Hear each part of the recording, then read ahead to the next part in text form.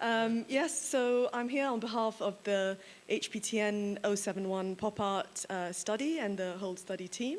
And I'm actually from the London School of Hygiene, but I do work with both the countries where this trial is, in Zambia and South Africa.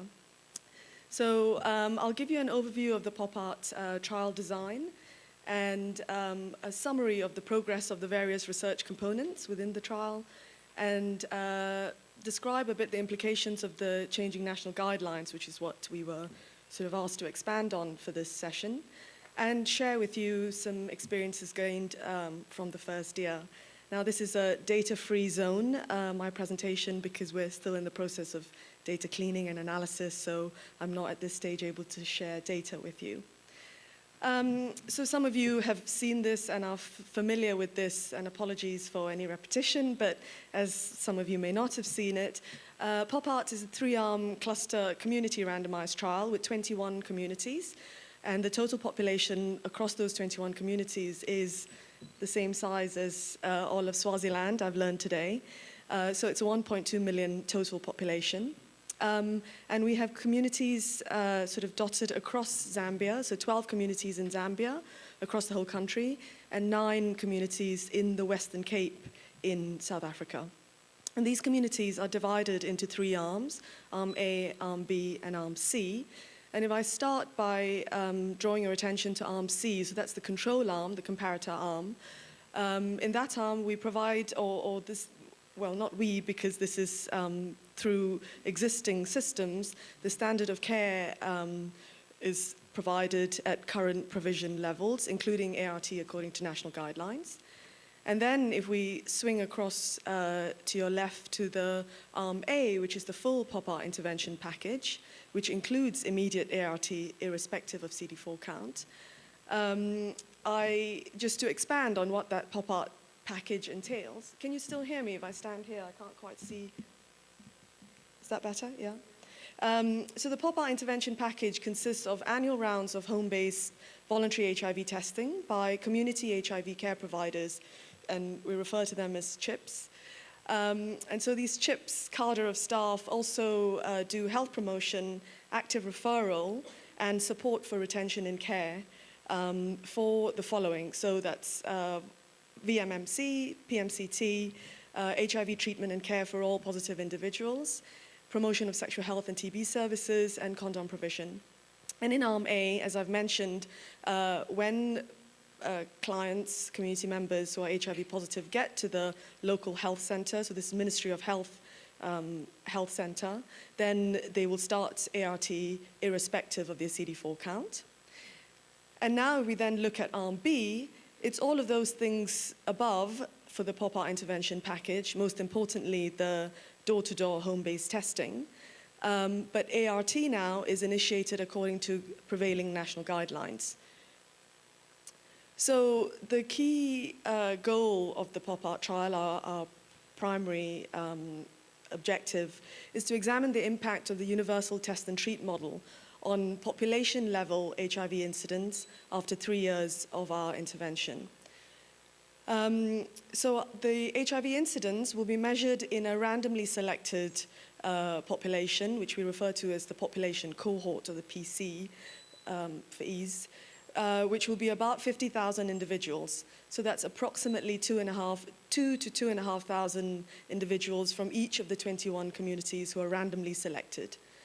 The outcome measures for the trial, including our primary outcome of HIV incidence, will be measured in this population cohort.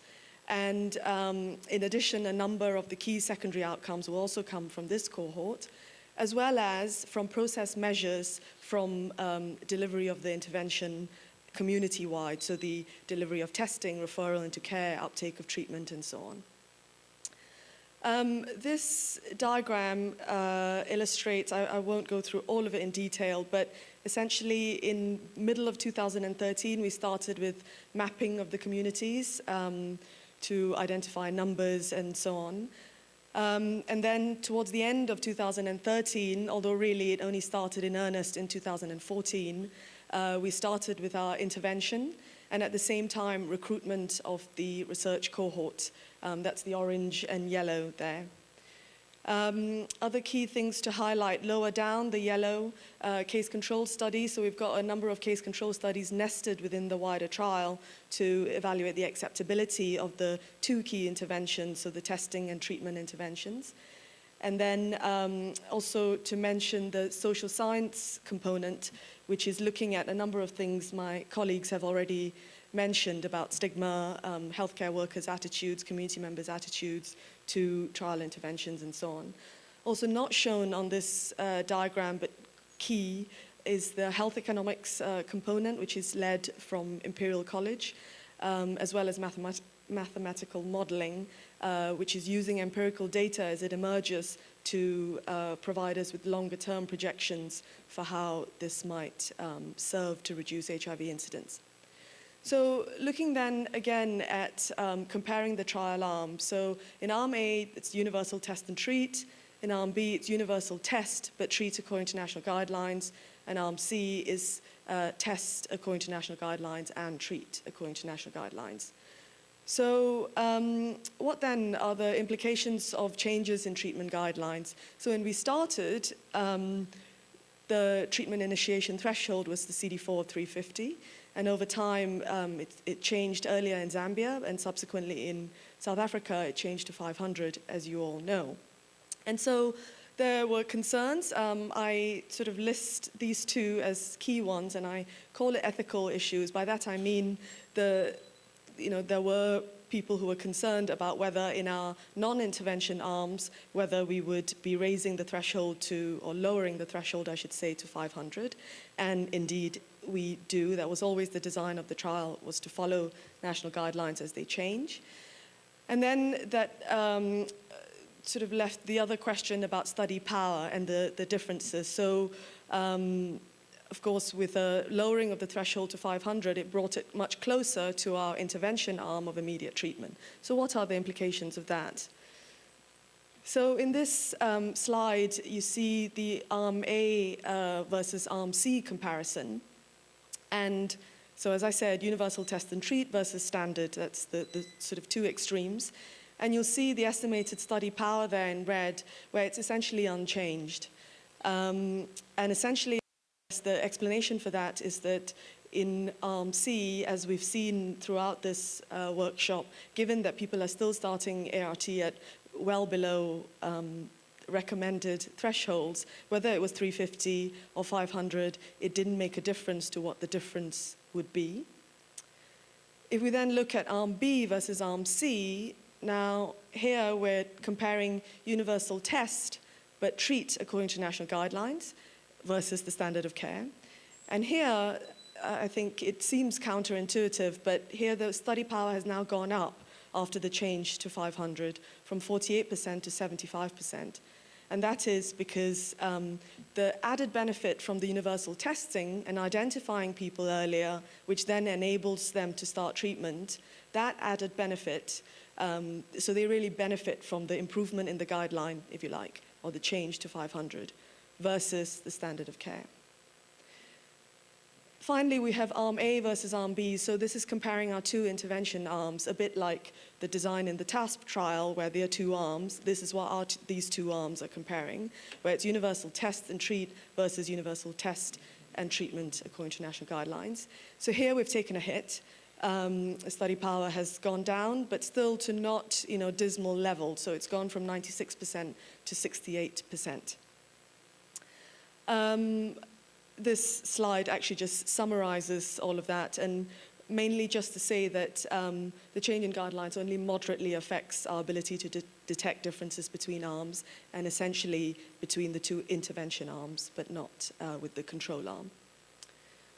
So sharing some experiences from the first year of PopART then. So far we've recruited 40,000 participants into the PC, into the research cohort in the first year.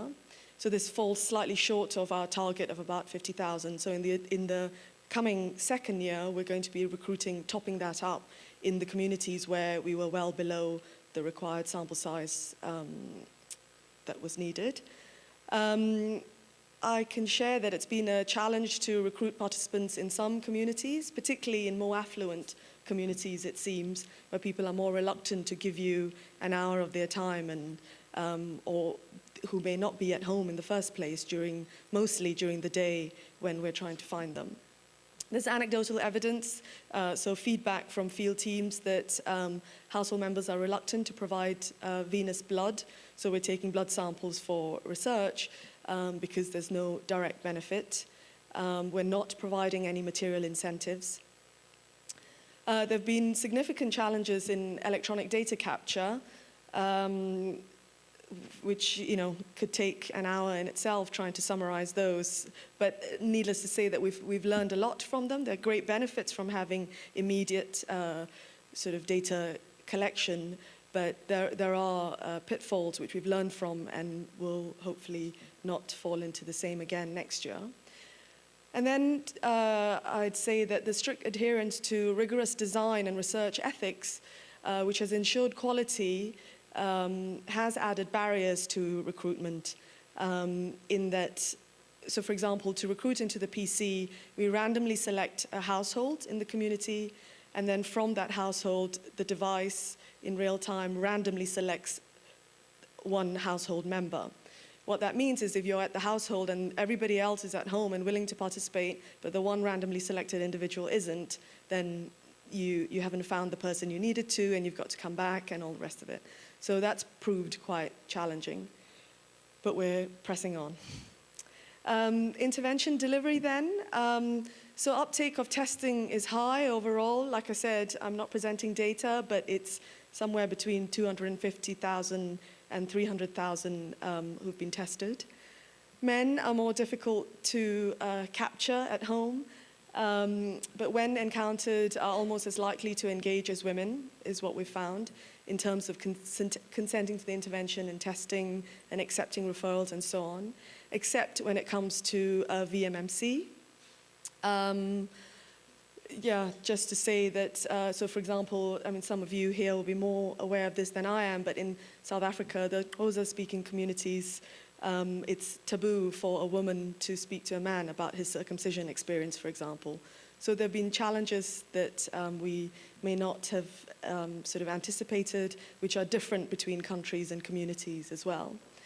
So we've started doing some mop-up campaigns, and I can talk a bit more about these later. They've been called Man Up campaigns to try and engage more men, and we've addressed it more as sort of men's health rather than targeting HIV or any other disease, but we are also, as part of those campaigns, to try and increase engagement with men, doing blood pressure, diabetes checks and so on. Timely linkage into care is a significant challenge, as I think Joseph described for TaSP. And we think this may take time and may need a sort of culture change and change in norms of treatment-seeking behavior, where people are used to waiting until they're ill, or indeed used to waiting until your CD4 count drops before you start treatment, or indeed attend the clinic. But amongst those who do attend the clinic, so when seen in the clinic, acceptance of immediate treatment, so irrespective of CD4 count, so including those with high CD4s, acceptance is high. There are challenges with working in existing health systems to deliver the intervention. So I think that's worth mentioning, that we're not doing this through trial clinics, but through community Ministry of Health clinics. So there are challenges, and then, which leads to the challenges that are faced in routine health delivery every day.